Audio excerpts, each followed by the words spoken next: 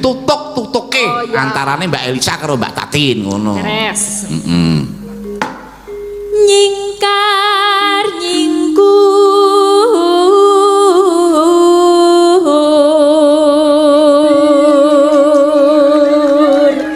ngono kaya ora gelem te bojo sinden. Mula ya ora mokal iki mau begitu sinden-sinden datang kabeh do njaluk foto karo ibu-ibu sinden. Mbak Elisa karo Mbak Tati langsung diadang piyai pirang-pirang. Terus sing do jejer-jejer ning kene mau muda-mudi mau njaluk foto. Anakku gading bar mayang ya do njaluk foto. Bareng aku dalake kok malah siji ra njaluk foto ya wah wis jan. Lah pripun Pak Benjang dipotokopi mawon nganu raine Mbak Tatin terus jenengan nggih topeng. Mergo aku pancen mau ndelik ning kene iki mergo saking ademe kok ya. Lah nggih to Pak adem tenan kok pancen. Lanjut ya. Ya. Wiwitane nyingkar nyingkur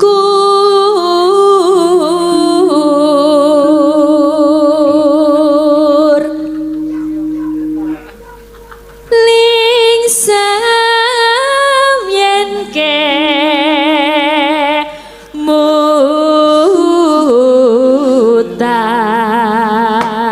Bareng Elisa Bawana sing nyuwara piyo saking gumune karo Elisa.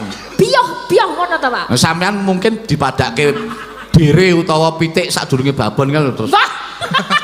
Mau Terus padake jagone arep ngintiri nang kiwa tengene lho. apa lelampahan kang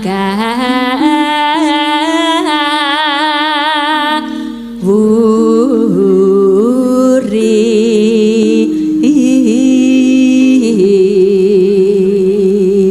Nano nek eno tresna tulus nadyaning gubuk asmara.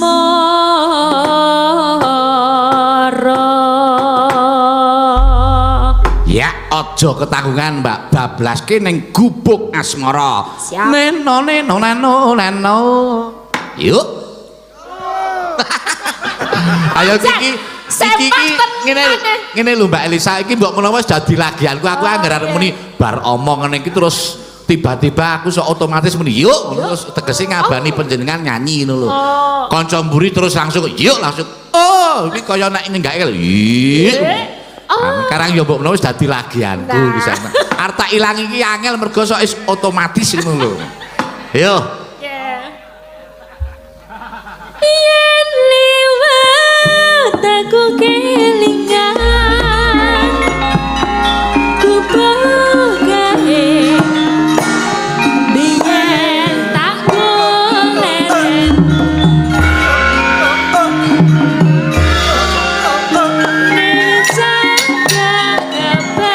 tulisan warna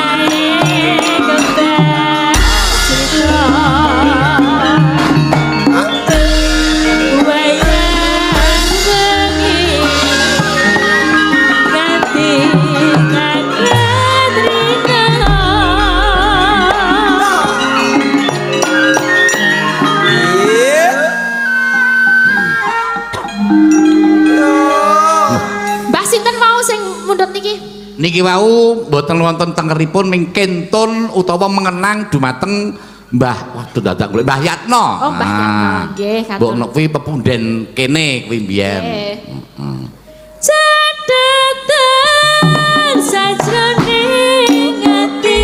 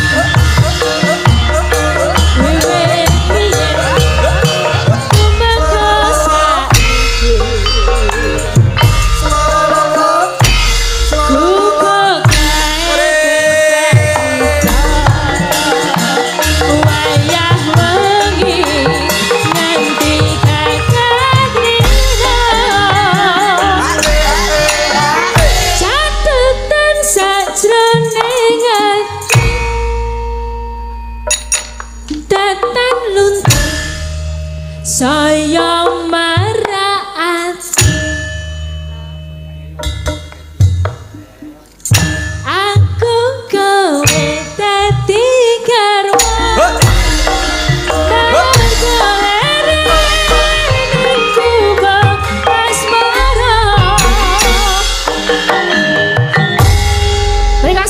Gubok asmaranipun. Ya, terima kasih. Nek rasane wah saya penak eleng joget.